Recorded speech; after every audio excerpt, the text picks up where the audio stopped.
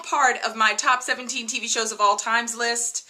Today we're going to talk about my top 5 favorite TV shows, and I'm kind of excited. I don't know about you. Now this is actually part 4 in this series, so if you haven't seen the first 3 parts, I'm going to go ahead and put the video links up on the screen, or you can check down in the description box below. Now, for the rest of us who are all caught up, let us forge ahead into Poppy's top 5 favorite TV shows of all times.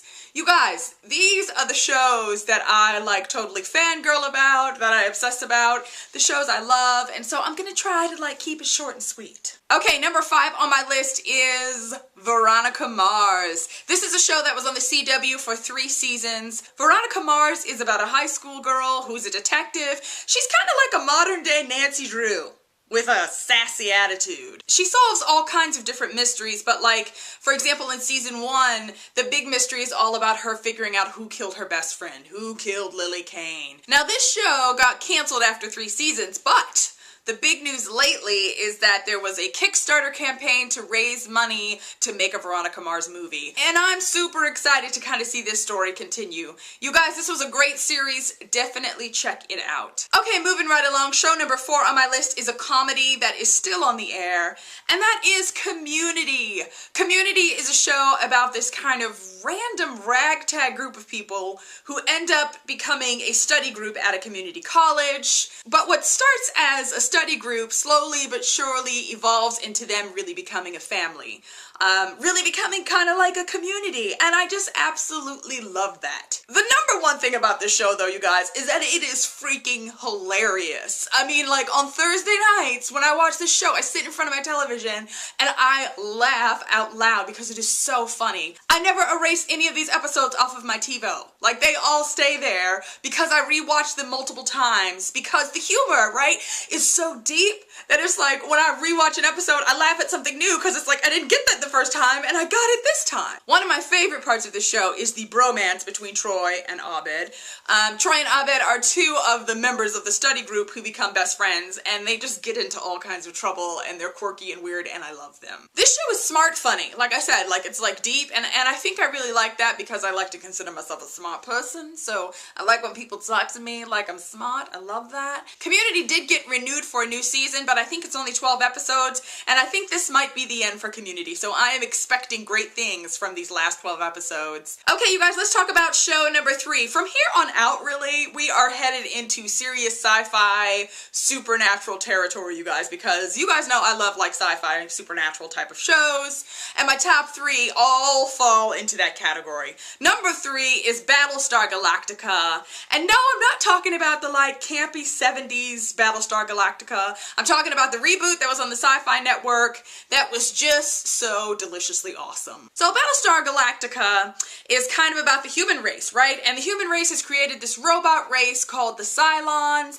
and everything's happy, but then all of a sudden the Cylons start to get smarter and more evolved, and eventually there's a war. Years later there's a truce, and then one day the Cylons decide, nah, we're gonna kill you all, and so they come back and they attack the human race. They try to obliterate the human race. They blow up planets where humans are at, and it just so happens that there's a group of people on this Battlestar Galactica, and they survive the Cylon invasion. So this show is really kind of about the survival of the human race, and so much more. One thing I will say about the show, you guys, is that even if you don't like sci-fi, you will love this show. I guarantee it. That is a Watch with Poppy guarantee. One way they created such great tension on this show is that the Cylon robots are so advanced that they actually look like humans. So as the show goes on, we start to really question, wait a minute, are these characters that we love, are some of them Cylons? Who's a Cylon? Oh my gosh! I loved that though, throughout the entire series, you're trying to figure out who's human, who's a Cylon, who's a traitor, who's gonna try to kill us all. This show kind of reminds me of Lost a little bit, in that it's got this great premise, but the premise is not really where the heart of the show is at. The heart of the show is in the stories of these people who are trying to survive. This show is available on Netflix. You need to go right now and watch the miniseries that was kind of the kickoff for the show, and then you can come back and thank me later in the comment section below, because you will love it, people. Guarantee it. I guarantee it. Okay, you guys, we're getting closer and closer to number 1 on my list. Let's talk about show number 2, That is Firefly. So Firefly is a sci-fi show that was on the Fox network. Not even for a full season, you guys. There were only 14 episodes of this show. This show has kind of like a Western space opera feel to it. I don't even know how to explain it. You just need to watch it. This show is about a spaceship called the Serenity and about its crew and its passengers and how you have, again, this kind of random group of people all thrust together. This is the thing I love about Firefly, is that word of mouth is the thing that has made this show so epic, right? Because it was only on for 14 episodes, it got canceled, but then they decided to release it on DVD and people started watching it, people started giving it to their friends, and eventually word of mouth started to grow and the popularity of the show started to grow, and from 14 episodes, this show actually got a movie. So there was a movie called Serenity that was awesome, that continued the story, and I think if there's any show in the entire world that I would wish had more episodes, it would be this one. There's humor, there's great character development, and it's only 14 episodes, you guys. This one's on Netflix too.